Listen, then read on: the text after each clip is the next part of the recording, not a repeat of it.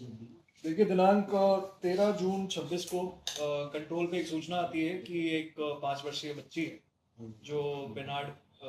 Area जो निंदड़ अपना हरमाड़ा थाना क्षेत्र में पड़ता है, वहाँ पर गुमशुदा है। क्योंकि बच्ची बहुत छोटी थी और 5 साल की बच्ची गुमशुदा थी, तो उसको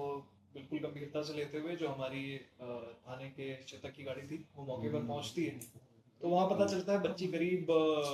2.5 घंटे से लापता है और घर वालों ने अथक प्रयास करने के बाद भी नहीं मिल रही है। तो जो मौके पर पुलिस का जाब्ता पहुंचा था, उन्होंने आसपास जो लोगों था उनसे कुछ पूछताछ करी और फिर जो सीसीटीवी कैमरे थे उनको चेक किया। सीसीटीवी कैमरे में वो देखते हैं कि बच्ची रोड पर खेल रही थी और बच्ची के सामने वाले घर की एक महिला आती है और पड़ोस की महिला उसको अपने साथ अपने अन्य बच्चों के साथ उसको घर में ले जाती हुई दिखी। फिर उन्होंने थोड़ा और फास्ट फॉरवर्ड करके देखा तो बच्ची वहां से निकलती नहीं दिखी। तो वो वहां पर जाते हैं और जब घर वालों से थोड़ी पूछताछ होती तो वो बताते हैं कि हमने भी इसके साथ इसके क्योंकि हमें इस पे शक था, तो हमने जब इसके घर को चेक करने की बात की तो इसने कुछ आनाकानी कही थी। इस बात को देखते हुए उन पे शक गहराता है और जो पुलिस की टीम है वो परिवार वालों के साथ उसके घर पे जाती है। तो जब वहां पर जाते हैं तो उनके कमरे में एक दीवान है, दीवान के अंदर जो पुलिस का जाता है उसको थोड़ी जो मूवमेंट जो बेडशीट की मूवमेंट खराब सी दिखती है, तो उस पर शक करते हुए उठाते हैं तो उसके अंदर दीवान के अंदर उनको वो बच्ची की जो बॉडी है वो नग्न अवस्था में कंबल में लिपटी हुई पाते हैं। उसको त्वरित तौर पे वहां से हॉस्पिटल शिफ्ट किया जाता है और जो महिला उस घर में अकेली थी, उसके 2 बच्चे वहां पर रहते हैं, उसको पुलिस वहां से अनुसंधान हेतु दस्तयाब करके थाने पर ले आती है। इस पूरे प्रकरण में जो चीजें सामने आई है उसकी अगर हम क्रम वाइज बात करें तो ऐसा है कि ये परिवार एक दूसरे को काफी वर्षों से जानता है और इनकी आपसी बोलचाल अच्छी रही है। इस महिला को कुछ समय से शक था कि इसका पति और जो मृतका की माँ है उनकी बातचीत ज्यादा होती है और एक चिढ़ सी इसको उस महिला से होने लग जाती है और ये शक और ये चिढ़ इतना ज्यादा बढ़ गया कि एक समय बाद इस महिला ने ये जो एक्सट्रीम स्टेप है इसको उठाया। ये किसी ना किसी तरीके से उस जो महिला है जिस पर इसको शक था उसको परेशान देखना चाहती थी। डिप्रेशन, इसके जो वर्ड्स इसने यूज किए थे वो ये था कि मैं उसको डिप्रेशन में देखना चाहती थी। तो आज इसको जब ये उस दिन जब इसको मौका मिला तो इसने ये अपनी विपरीत मानसिकता को दिखाते हुए उस बच्ची के साथ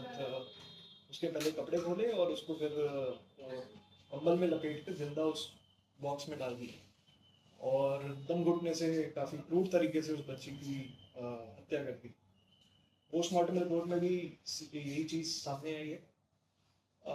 जब इस महिला से इस बारे में पूछा गया कि ये कपड़े क्यों उतारे, तो इस महिला ने बताया कि इसकी योजना ये थी कि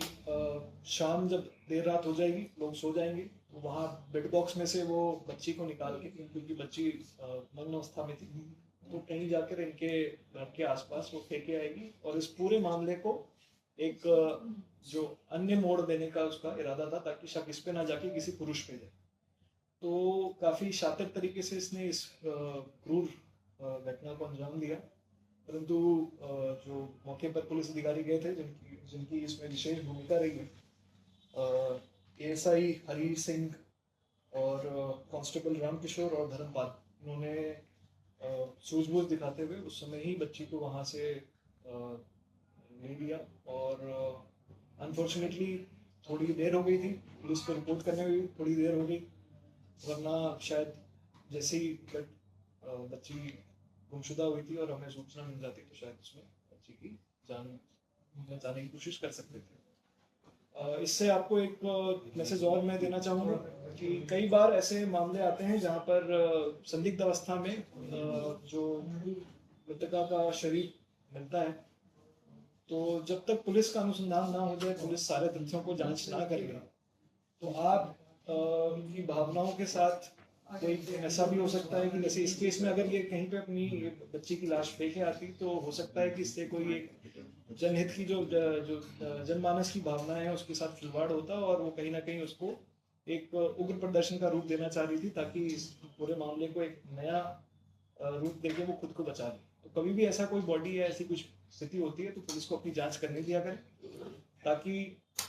आप भी किसी के जो आपकी जो बलबन साहत है उसका कोई फ़ायदा ना उठाए और जो सच्चाई है वो सामने आ सके।